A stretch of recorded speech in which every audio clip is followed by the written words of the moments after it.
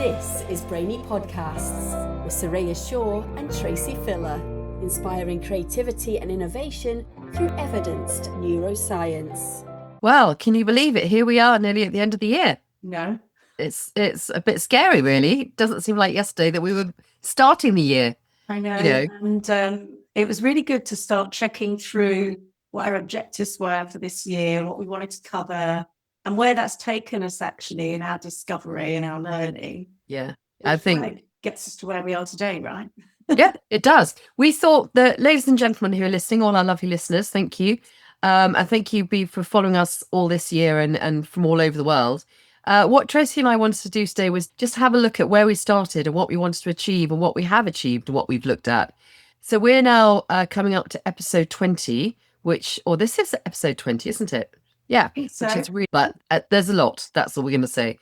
So we've looked at everything from AI and creativity to brain health, leadership, and really the passion, the future of work. Because as we kind of come to the end of this year, we all know so much has changed. I mean, everything has exploded, it seems, not literally. I mean, with AI all over the place and all, the articles where we are today, all about how work is shifting and things are changing. And the world isn't actually getting any easier in that sense. It's getting faster, it's getting leaner. And for some people, it's actually getting a lot scarier. But that's just one kind of take on it. I agree. And I think in the middle of all of that, you've got leadership, where leaders are feeling that pressure from every corner, whether that's economic or it's with structuring that's been put on them. Obviously, redundancies are remaining quite a key focus of conversation in 2025.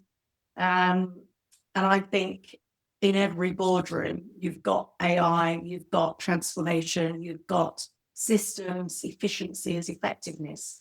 And I think there's a question that's probably coming up, which is around, how can I bring that AI and cost cutting and systems to the table, and what can it replace? And what's that doing for our business? And as we've come up with our title today as well, tell them the title. It's a good one. We like it, don't we? Yeah, we do. Brains, burnout, and bullshit. And what are you still pretending is working? I don't think we ask these hard questions of ourselves enough. So as all of you know, for me and Tracy, our passion is really around our brains. And for us, it's very much the answer to all these questions we're raising, and the changes that we're seeing lie actually in our brain power and our brain insight. And it's one instrument that we're not really using. AI can do the thinking, but it can't do the extraordinary, which we do as humans. And that only actually comes from our brains. And it's not about fighting AI. It's not about escaping pressure. It's about using our brains more effectively and the way that they need to be used, and being collaborative with AI. We don't have to be combative with it. I think there's so much research, and we talked about it in the last episode, about how we actually use our brains and how we use the AI hybrid intelligence, if you want. Well, somebody agrees. We've just had a big bubble come up for those that are watching it on video. That's good. I like that. Yeah. Love that. Yeah. So one of the things that we talked about, we know when we have our chats, and we can deviate quite easily because we'll have to just have a conversation. But one of the things we like to do is make sure that we're offering something practical, something that is a proper, you can take this away, use it now, try it now. So I think we should start with just capturing maybe those top three things. One of the things that we do when we have a guest on is say, what's your leadership secret? That's been quite helpful to us as we continue to add to our research. But maybe we should hone in on those top three things that we've learned from the ongoing research that we've been putting in. Yeah. I think for me, I'll kick it off, and then you can sort of add in some extras, maybe looking at that from that applied neuroscience lens as well. Before we start to dive into perhaps how that's impacting our psychological safety. I think one of the things that sticks in my head is that leadership is still measured by metrics, that actually it's becoming more and more obvious that in the age of automation, we are needing to focus more than ever on emotional intelligence, on how people are cognitively functioning in your business. As we always say, make sure you're utilizing all the brains in your business. As my notes say, you can't spreadsheet your way out of pressure. You need leaders that can read that room, notice when something's out of line, misstep, and not just read it through a set of numbers. And in fact, just thinking about when you're saying that, that becomes more pertinent now, because if AI is going to be taking the drudge work, true leadership has got to be the inspiration, and it's got to see people. And so by understanding how our brains actually work and how all the brains around you are working, actually really does give you a competitive and innovative advantage, because we're not robots. We know that the strengths of our brains and our ideas come from daydreaming, focusing, switching modes, utilizing all the networks that it has to actually get those insights and those aha moments. And they're moments that AI can't do. It doesn't have aha moments. It doesn't have insights. It's all very logical and formatted, really. And it's actually when we start to really appreciate how we can really utilize our brains properly, we see the genius that we have and what we can actually do with it. And so I think for me, very much having done the research and doing there's a lot of new work coming out of Europe, it's becoming a real momentum of its own, is that time is really a new brain capital, and brain capital itself is so massive. It really is the new hard skill over what we used to call the softer skills. And the line that we keep coming back to is time goes fast, but life is slow. And that's especially true for the brain. And what we mean by that is that when we pause, when we reflect, the more awareness that we have around ourselves as leaders, as individuals, as our teams, the more that we actually achieve. And we can actually shut the noise out. Even though everything happens so fast, it's having that space is essential for our strategic and our critical thinking. Yeah, and it's interesting just hearing you talk about that, because we mentioned reflection a lot, and that could have been one of our learnings, really. But Yeah. it's one about our things that we champion, whether we're working with clients individually or as a group. We know that looking at what's good, what's not, what can you do about it, what needs to change, what no longer serves you, some of these important questions, and keep your business propelling forward. We also know, and we've said it before in previous episodes, that when you are in do, you are not in think. And so you're coming up with the same solutions, which may no longer fit you or the team or the business. And so for an example, if we've got a culture where it's okay to just constantly finish one meeting at 2, be on the next one at 2:01, apologizing for being late, with no time to look at what came out of that last meeting, how do you feel about it, what you're going to do about it, before moving into the next phase. If that's the culture that's still happening under your leadership, there is no time for thinking clearly. There is no time for thinking differently, no time for critical thinking or solutions that are causing the pain points in your organization. So for me, those cost-cutting efficiencies, really, it's about making sure that you are also not just looking at effectiveness, that you're also looking at space. Yeah, well said, but very important. And I think it's really, I think we've both acknowledged, having both come from commercial backgrounds and working with so many commercial clients, that actually it's a lot to ask you as leaders to say, right, give people time out when you've got so much pressure. And actually people want things not only yesterday, but the day before yesterday. There's a real pressure on people. But I think the important thing that we have identified and that we talk a lot about is actually, if you want to get people and you want to keep your talent and you want to engage your talent, because they're the people that drive your customers and your innovation, the biggest thing is trust. You have to get trust from your people, and from that you're going to get the better ideas. You're going to be more innovative, and people will accept your honesty for change. They'll realize why change is needed because they trust you. And I think trust is probably, if we look across the world right now, one of the key ingredients that's missing.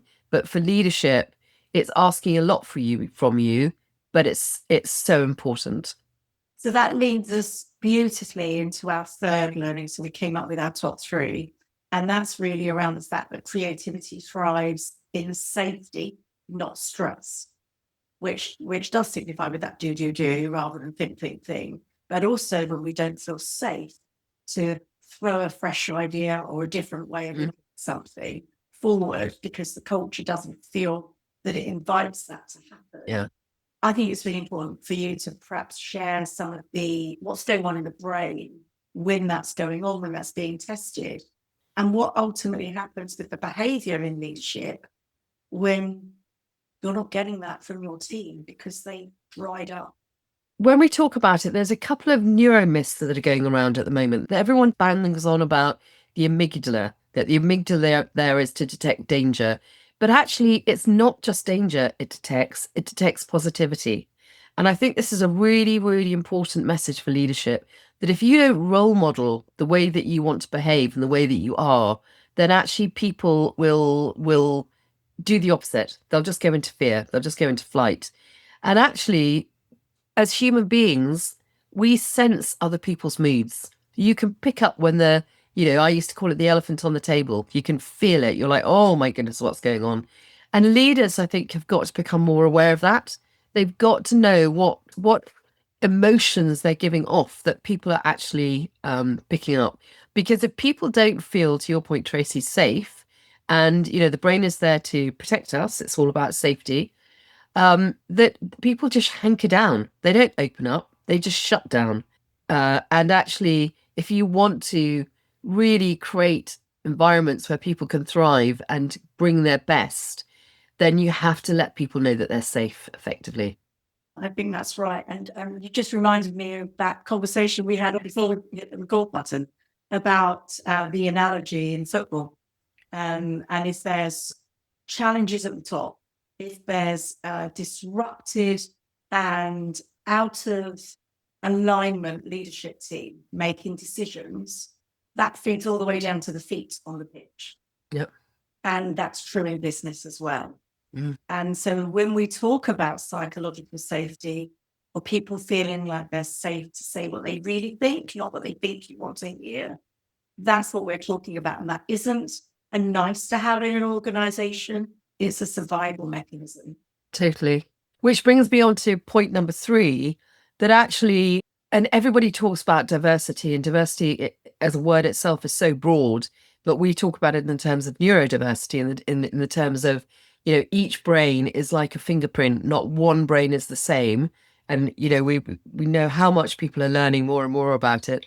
But actually, if you really want to thrive as an organization, if you really want to be up there with the sort of, with the best of the best, I suppose, whatever best means, you've got to be letting people bring their diversity into work and actually tapping into their brains and their experiences and their DNA and what they've learned. And that actually fuels innovation. And actually, if it's friction or challenge, it doesn't matter.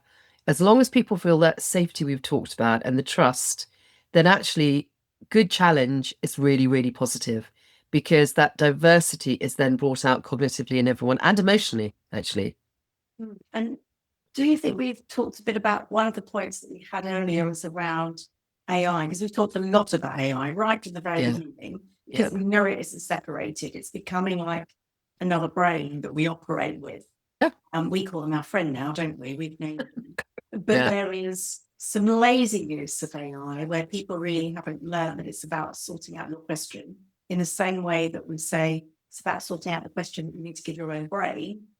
That there is a reliance on that without mastery. And if you're using it well, you can use it to up the level of the work you're putting out, not replace it. Definitely.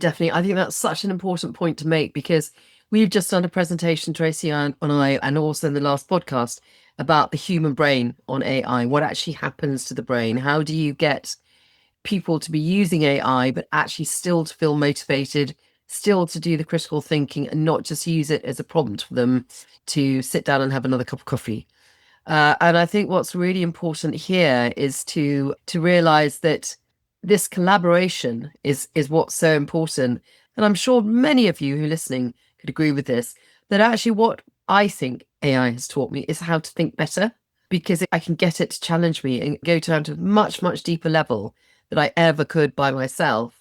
And then it's up to me about how I structure it, how I present it, how I write it. There is so much magic there. But if you're scared of it, then you're not going to get it. Yeah. And if you don't use it like any tool, like, I don't know why it's random. Maybe it's the housewife in me. Even switching on your washing machine, if you don't put the powder in, it's not going to clean your clothes. I love that. Yeah. How domestic of us. Very domestic. Maybe it's because you always talk about a tumble dry world. It is. There you go. There you go. That's where the analogy came from. The creativity came from. So I think it's again, with the world at the moment, the brain is under such threat. We're all under threat because the economic landscape at the moment, let's face it, is pretty tumble dry-ish. Turbulent. Actually. Yeah, very, very. And so I think we're all in survival mode. We can see it on how people are using their budgets, how they're spending. But I think there's a danger there because if we're in a time now where innovation, critical thinking, and creativity is more crucial than ever before to stay ahead, you need to be able to put budgets into innovation. It's a really important area. I think a lot of people are delaying their people programs, their leadership, their innovation centers, all because of fear, really, at the end of the day. Yeah, and you just made me think of something else, which, apologies, it's not in our notes, but one of the things that's changed is we talked about that connection and that need for human fundamental need for connection, and how also what we've seen an increase in this year is organizations putting a mass push on people being back in the office, and how that's changing the working patterns of the individual. They've been working from home, or they've been working hybrid, or they still are, but they're perhaps putting more days into the office. That's really having an impact on how they work alongside their colleagues, and how they're suddenly back into a place where they're in meetings in person. Mm-hmm. I don't know about you, Tracy, but I don't think I've ever lived through. I know we've lived through a lot. Our generation. Benefit of age. Wisdom. But I don't think when you kind of look around, you just saying that to me, there is so much change everywhere, because younger people want to go into the office because let's face it, that's where we used to have all our fun. It's lots of stories I'm sure we could tell. And so it's so important for them to learn about relationships and people and how to work together. At the same time, you've got the real big money guys who want, to sell their office space. They want to get people back in. They're not actually thinking about whether it's good for their well-being or their mental health or anything like that. It's just about money. And then we have AI. I think the next couple of years are just going to be fascinating, quite frankly. And where our work will become more important as working with leaders, and especially teaching people about their brain and sharing with them how they can really use it and keep it really functioning optimally. That's something that worries me a little bit. I know, because it seems to be that whenever we talk about something, 6 months later, everybody else is then talking about it, but we've already explored it, looked at it. So, for example, that move from where systems, AI, and tech takes over and humans excel and pick up the bits that's about a human involvement, we're now talking about brain capital. We're now talking about optimizing all the brains in your business, but utilizing them in the right way so you get the very best out of them. Yeah. Which we aren't using leadership development language. And it's going to take a while for leaders to catch on potentially to what the hell we're actually talking about, why it matters to them. And if they fail to do that, the risks that they take on being a brand leader in whatever industry they're working in. So for me, it's not about the headcount. It's about how they invest in their brain capital.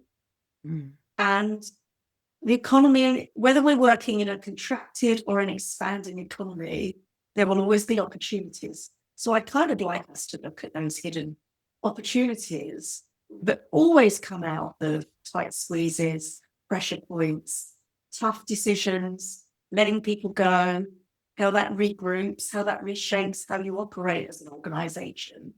So they genuinely find ways to navigate to being future-proofed. And I think a really important part of that is that whatever you're going to call leadership, because we know so many restructurings going on and organizations getting a much flatter structure than before, leadership or visionaries or strategists, whatever you want to call them, they're really going to have to think about how they want to operate, where they want to operate, who they want to operate with. And as you say, whether it's a hybrid or it's not a hybrid. And so for us, we're curious creatures. So we love those questions about what's happening and talking to people and trying to find out. But I do think those people who are actually inspiring other people and leading them, they've got to help them feel less chaotic and give them the certainty and the kind of the connections and the relationships they want with other people, which is how we thrive and how they get the best from their teams. And that's a big question. And do boundaries replace frameworks? Do boundaries replace Yeah, framework, that's the question. or do they complement each other? Or do they change the shape of how they look? Oh, we haven't put this in. We're going to have to do that next time. That's another big question we haven't thought about. Yeah, well, that, as you just said, we're constantly looking at questions, but maybe that's a good reflective one for the listeners to think about. We don't get at the moment, we get an awful lot of people saying how much they enjoy the podcast. We don't always get a lot of people messaging us with their ideas or what's come out of listening to us. So maybe we should start to invite that to happen. And I think there's these questions out there. I think if we're talking about 2026, we want to create more of a community amongst all our listeners and our guests and all your brilliant brains. Actually, that's what we want to pick and we want to learn from. And one of the devices or tools that we've just recently devised through a whole load of research is something we're calling the Brains at Work diagnostic. And the reason we developed it is what we've realized is if people are going to work with brains, everything that we've just been talking about safety, about connection, about self-awareness, if you've got a block in your brain in the sense that you cognitively don't trust people or you don't feel that you can be self-aware of your emotions, for instance, you've got a blockage that's not going to help the brain develop. So we've developed this new diagnostic, the Brains at Work diagnostic, which you're all welcome to get in touch with us and try. And we're calling it the kind of MRI scan of your organization. So if you think about it that way, it's being able to scan and look at where those blocks might be and actually where the genius is, where the really successful areas of that business are and how it can be replicated. So if you're interested, then please get in touch with us. Yeah, so I think we did a whole episode on what blocks creativity, but just looking at that through a slightly different lens, through the leader lens, about things that block progress. So when we are overloading those brains in our business, we're starting to see burnout. And in our notes, we've got down that high performance can very much look like burnout, just at that peak point before they then slide and slip. Yeah. And that's why it's so important to be acutely aware and noticing what you're noticing. Definitely, because it does. People have such high expectations of themselves and they don't realize. I was working with somebody not so long ago and they were actually becoming slightly manic. They weren't aware they were manic. They just thought that they were really performing to a very high level. But the people around them realized what was happening. And so having a diagnostic or something that you can start noticing what's really going on, because I think we talked about in one of the other podcasts, it's about preventative. Everything we are doing or should be doing should be about preventing illnesses and mental health and lack of well-being and all those types of things. It's not hard to do, actually. Yeah, I agree. So trust you mentioned earlier, talk about how this trust is decaying in your organization. What happens when that human trust starts to decline or eradicate to the way that they behave to instruction, to when you expect them to show up with the next fresh idea or solution, to had a problem with a client and they've just not used any initiative about it. What happens when we're in a no trust state in an organization? I think I can speak for both of us when I say that we've both been there and we know lots of people who have. And it's just, I think it's the most miserable thing in the world, isn't it? Yeah. You can't give of yourself. You don't feel any satisfaction in what you're doing. And I know the clients that we work with and the projects that we're given to go in and advise them on are very much about helping people. You want everyone to bring their brains to work at the end of the day, and if you're being blocked or there's no trust, you can't do it. You're not being you, are you? Quite simply, you just are no longer you. So if you're second guessing what the right thing to say is, what the right thing to do, you're no longer being authentic, and you're definitely not at your best doing your best work. No. And I think there's another thing we're just touching on, Trust. A lot of people are very worried about AI taking their jobs and what's going to happen. There's a lot of, quite rightly, concern out there one way or another. But you mentioned it earlier, Tracy. It's about people seeing the opportunities for what they can do. And you were saying that out of all these negative situations that can happen, there's a flower that will grow. There's something that can sparkle. There's something that can come out of it. And I think that's something, again, that everyone needs to be aware of, is not to have that language of I can't, but that language of, well, maybe I could and I can. So I think language around at the moment is very, very important with what's actually happening. So going back to what you said earlier, time goes fast, but life is slow.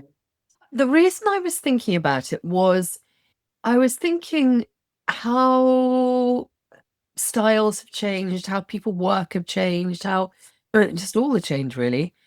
But what I notice is, which sometimes can find a bit depressing, is that people don't change their mindsets. They may nod in agreement and go, oh yeah, that's very interesting, or that's really, really good. But actually getting people to change their mindset is like having a huge ocean liner, which takes ages to turn around, and trying to get that whole thing to change. But then there seems to be one group of people who, I'm not saying they're risk averse, but they kind of dive in. They get quite excited by change and what they can do and what's new and what's happening. But then you have another group of people who resist it at all costs. And so I think that's why I'm saying that, life is slow. We take things very slowly when perhaps maybe we just need to be thinking about being a bit more effective, not necessarily faster, but more effective, if that makes sense. It does. And I think the other factor around why it matters to have this conversation, a different way of looking at everything we've talked about really this year, is that opportunity that comes from reacting differently to pressure. And it takes me all the way back to that first podcast we did with Ian, where he said he's learned that his ADHD, along with that fear he gets of getting it wrong, has become his superpower. And I think we have been too afraid to stick our neck out, to give something a go, and use the biggest marketing of all is to try it and see what happens. And we're just too scared to back it with a number and give it a purpose. So for me, it's about how your brain chooses to react to that pressure, how it adapts, and how it seeks out the opportunity from what might be seen as a real problem or a real challenge to the organization. So that affects how we stay human in the business and how we look after those humans in the business, and ultimately how we lead them to a better place. And if we have that as our lens, then I wonder what's possible. But that's really exciting, isn't it? Because that comes back to what you and I always talk about, which is about shaping the brain, because we know we can shape the brain. It doesn't, no matter how old you are, it doesn't stop growing and shaping and changing. And neuroplasticity, which I know people keep banging on about, is an absolutely amazing thing. It really, really is. But that's exactly what people can do. Just because you haven't been able to have an opportunity or have been fearful in the past doesn't mean you didn't need to in the future, because you can reshape those pathways. You can change the neurotransmitters that have popped into your head. And I was reading the other day about, they were talking about, well, we all know a healthy lifestyle. We talk about brain health is so important to our brain, and how important exercise is for neurogenesis, for new neurons. And just that thought that you can create new birth, if you want, in your head to be able to then do new things is potentially it's revolutionary, really, if companies accept that. My conversations recently have shifted from goals to intentions. And that's been a magical switch to turn possibility into action. And it's been really helpful as a check-in guide that you're staying close to the intention.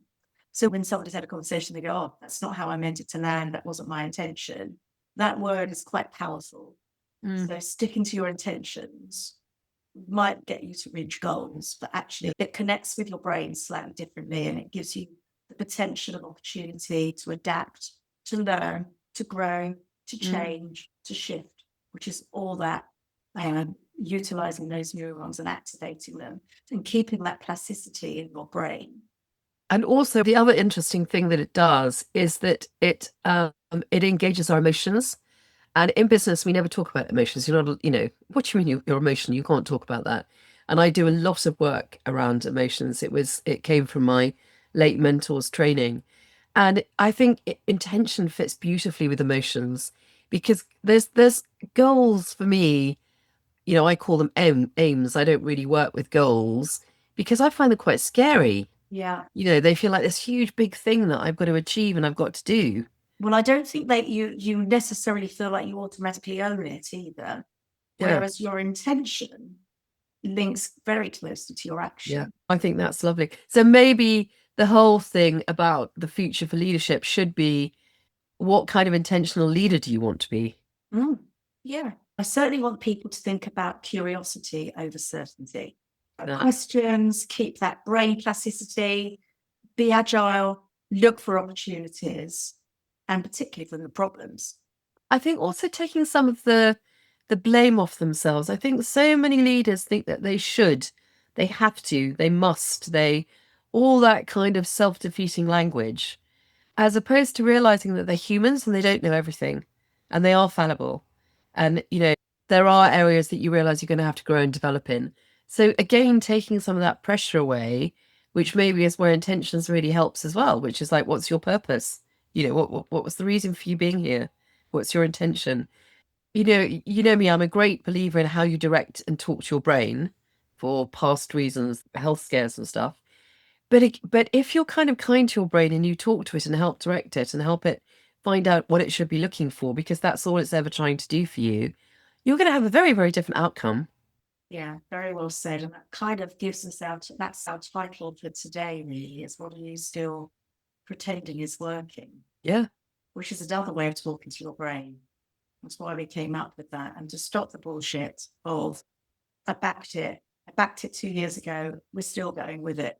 For example, we chose that system, but it's caused nothing but disruption in every part of the business. But we're sticking with it. Don't pretend it's not working. Yeah. Just get rid of it. There's, the way technology is moving on, there's probably something out there that will work far quicker, even as an off-the-shelf one. Find out all the new things that are happening, just extraordinary. I think it's just amazing. What we are here to do is to make sure that we keep the focus on the human capability whilst we acknowledge and get into bed with the potential of AI and growing pace of technology. So I'm going to ask you now, what's your key learning from this whole season? It's how brilliant our brain is and how to optimize it and understand that. Because do you remember I had a conversation with you and then might have been on a podcast where we talked about how I thought I was becoming dependent on AI and how I'd started to use it a lot and had my brain switched off. And I stopped being me and I just become this computer version of me. And I realized that no, I'm just working with it smarter to help me be smarter actually and sharper to do a better job. Yeah. And so it's not one or the other, it's both and how they complement. And that means being super sharply focused on what your brain's capable of and optimizing it. Yeah. Don't shut yourself down as effectively. Yeah. Too many people do, because they just don't believe that they can do it, and understanding your potential. And I think we were also then talking about how using AI has made us actually, and I don't think is there such a word as cleverer? Well, yeah, cleverer. Well, I don't know. Yeah. Yeah. It has given us used enough, it will go in the dictionary, so it's fine. I think it's wondrous. I think it's quite amazing. I think there are huge dangers, and we could talk about ethics and morals and so many different areas that aren't being considered. I do appreciate we are looking at it through a fairly safe lens. We're not looking at dark side of the web. We're not looking at any of the opportunistic fraud that comes out of it. We're not looking at that dark side. We're looking at it through the possibility of our economic security, growth, potential, human growth, business growth, leadership growth. They're safe places to have these conversations in without there being too much risk or it being used in the wrong way. So I do accept that, but that's the area we know. And that's the lens we work in. Yeah. I've never been a criminal. so I wouldn't know that the opportunities are there. Can't see you being a criminal somehow. I did, well, when I was about 6, I did steal a sweet from a pick and mix in Wales. Shocking. And I got outside the door and I felt so naughty that I went back in and put it back. I love it. I love it. I think for me, my one big learning is actually from our guests about how fearless they are. How when we talk about creativity and innovation, we think about Adam, we think about Leanne, we think about so many of the wonderful people we've spoken to and had the privilege to talk to. They are people who kind of have fear and are worried and are anxious, but they kind of go, do you know what? I just got to do it. Yeah. And that's what I've really learned from all our guests that we have, whether it's their leadership style, whether it's what they've achieved, whether it's what they pass on to other people. But it is this sense of belief. There's a client that I worked for a very long time, and they had in their value system, they had really the right thing, not the easy thing. And I think strong leaders do exactly that every day. Yeah. And for some reason, I want to use the word joy. That we need to have some joy in leadership. We need to have some joy around us, and because it's so healthy for us, it's so good. It comes back to the connections and perhaps some of the shift in focus of how people are coming together again, not over Zoom, but in person, and the difference that's making to the way we are making connections again, and how that sits across the 2 platforms as well. Yeah. Different channels of communication. And we know, because we both coach online, and we both know that we can still connect at a very deep level, actually, and still achieve good outcomes for the person. So it isn't always about in-person's better, but it is ultimately about good connections. And considering you and I have only met twice face to face, that's not bad. I know. Well, years to come, we'll go, oh, we've lost count now. Yeah. I think the other reason I want to use the word joy was we haven't gone too scientific about the brain, but I'm sure a lot of people know about the vagus nerve and the sympathetic nervous system and the parasympathetic nervous system. Sympathetic shuts you down, moves you away from. Parasympathetic moves you towards. And where joy is, releases such wonderful neurotransmitters that I'm sure people have heard about again, oxytocin, serotonin, dopamine when it's used in the right way, but people talk about it in the wrong way. And actually, if you can have more laughter and smiles and going out for nice walks and listening to music and doing some of the joyful things in life, your brain works so much better and you're much more effective, much more cleverer again. And you actually come up with brilliant ideas. And I don't think we should forget that. We always go doom and gloom, and doom and gloom sells, let's face it. Whereas actually joy is actually what makes us human and what makes us add to the world that we want to live in for ourselves and for our future generations. But I've just recently, just before this has been recorded, put out an article where I visited Pike's Fish Plate Market in Seattle, where if anybody's looked at fish velocity will know one of the key things is about making someone's day. And it's really about choosing how you show up to work. And I've sort of always had that at the back of my mind, that book, and I've worked with companies that have actually built their values around philosophy.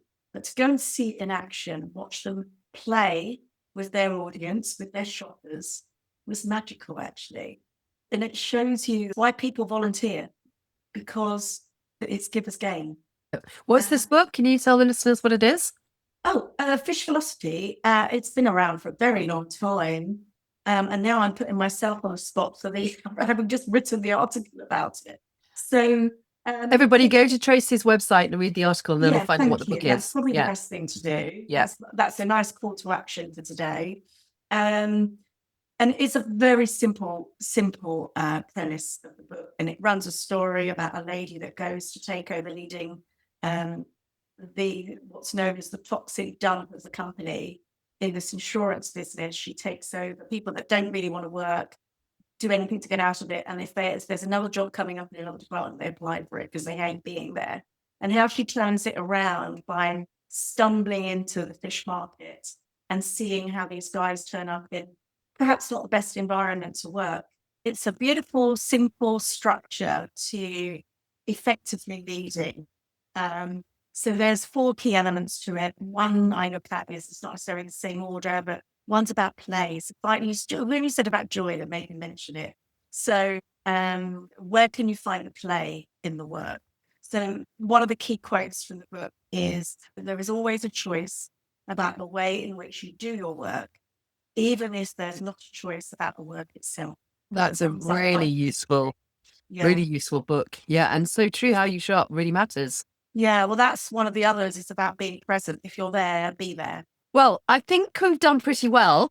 I've thoroughly enjoyed doing it. We don't often do podcasts together, although I know we're going to do more of them next year, which is brilliant. And we've got some great guests coming up. And our last guest this year is a really interesting guy, so people will enjoy that. But I guess we just really want to leave people saying thank you so much for this year and for listening to us. And please, please, please, would you give us some feedback, some stars, or whatever people do on Amazon these days, but also share it with your friends, because it would be great for us next year to really get more ears, as I like to say. And share it with your leadership team so that you can have debates with each other around some of the questions that we've posed, some of the conversations that we've had. I wonder what your take might be on some of the things we've achieved the facts of. Yeah. And also don't forget, please, have a look at what we offer, Tracy and I, and we'd love to have conversations with you. It's been great. Thank you. Until next time. Enjoyed this episode? Listen to more at brainycast.com.